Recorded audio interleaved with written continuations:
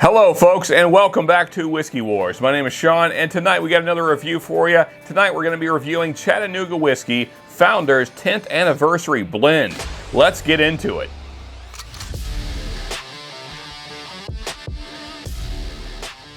Okay, here is our bottle for tonight. Chattanooga Whiskey Founders 10th Anniversary Blend.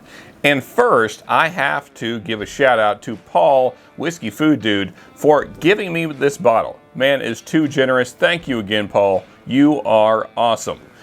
But now I've had it for a little while. Let it open up some. Let some air get in there and, do its thing. But what is this bottle all about? Well, it's not 10 years old, so because the name's kind of a misnomer. So what is it exactly? Well, that's the great thing about Chattanooga. They give you a full readout right on the bottle, so you don't have to guess what it is. So let's see what it is. 60% straight bourbon whiskey distilled in Chattanooga, Tennessee. 40% straight bourbon whiskey distilled in Lawrenceburg, Indiana, which we know to be MGP. Or, well, now, Ross and Squibb. But we're not going to call it that. It's MGP. And then bottled by Chattanooga Whiskey, Chattanooga, Tennessee, aged greater than 3 years. So this product is at least 3 years old. And, then there's mash bill blend, which, I don't know what the heck this means, but B002, 51%, SB091, 9%, and then 1816 RES, 40%. So, yeah, there you go. If you work at the distillery, that might help you. Otherwise, probably just just a bunch of numbers and letters.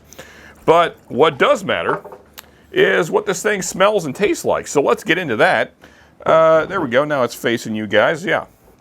So move this guy over a little bit there so we got room to spin up this whiskey. Let's see what we got going here. I'm gonna spin it right in your face there. Look at that. Yeah, you can look at me through the glass in the spinning whiskey. Let's see what we got here. Roll this thing around. Yeah, you got a little bit of leg action going on there. Not too bad. Run down fairly quickly, but it's okay. Nose. Very nice. Nice dark notes. For a 3-year-old product, I think Chattanooga does a really nice job of bringing out nice dark notes that you would expect in an older whiskey. So I'm getting that plum note that you kind of always find in Chattanooga. Kind of a blueberry there as well. There's a nice chocolate. It's almost coming across like blueberry brownies or like roasted date in brownies. Let's see, what else we got here? Nice caramel notes, so maybe there's a little caramel on top of those brownies. A little brown sugar, a little cinnamon. This is turning into a very complex dessert. Let's give it a little more spin here, see what else we can get. Gotta say, really nice nose. Really enjoying the nose on this.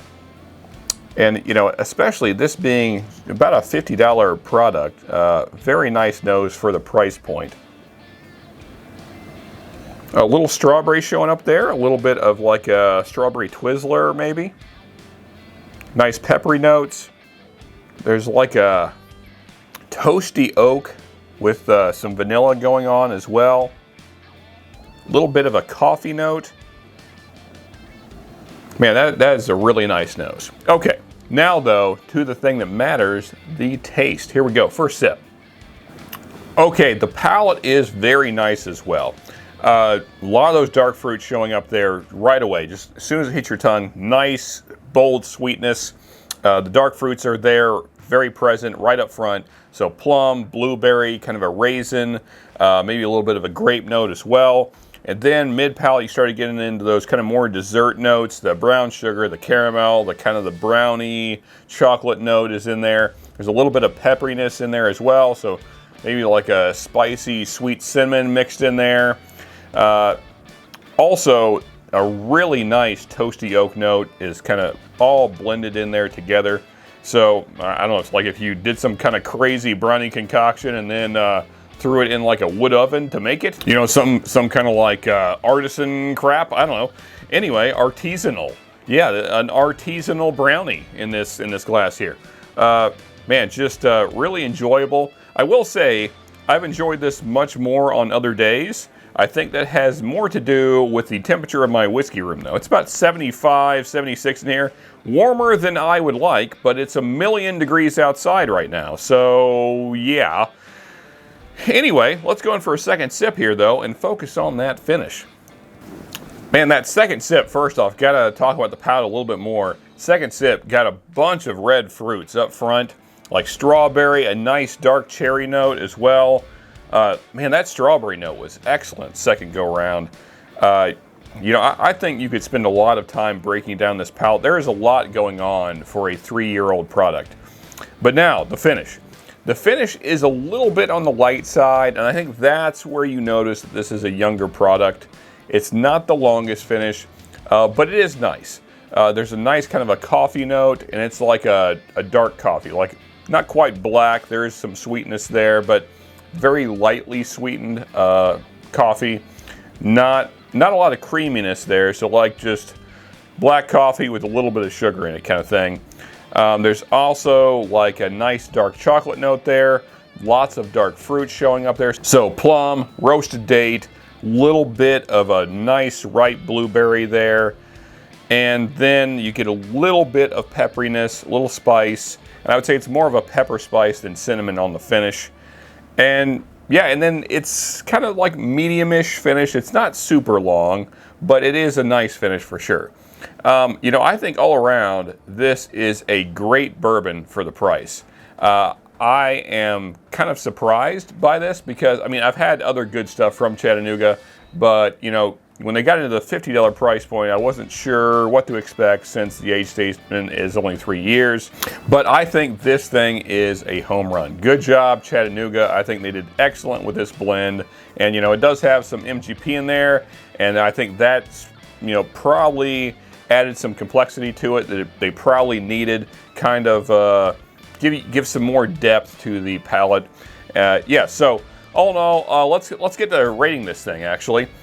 All right, so it's around 50 bucks. Hopefully you guys can find it for around that in your area. I think for $50, this thing does really well at that price point. There's a lot of good competition in there, but I think this one certainly stands up to that. I'm gonna say a solid, I'm gonna go 7.7. A very solid bourbon in the $50 price point. I hope you guys can find it and check it out for yourselves. And if you have already tried it, then please let me know down in the comments. And as always, folks, if you like this review, then please hit that like button so YouTube knows you like the thing. Here's other reviews from us right here you can check out. Here's that subscribe button that we really appreciate you hitting. And until next time, folks, just remember, you can never have too much good whiskey.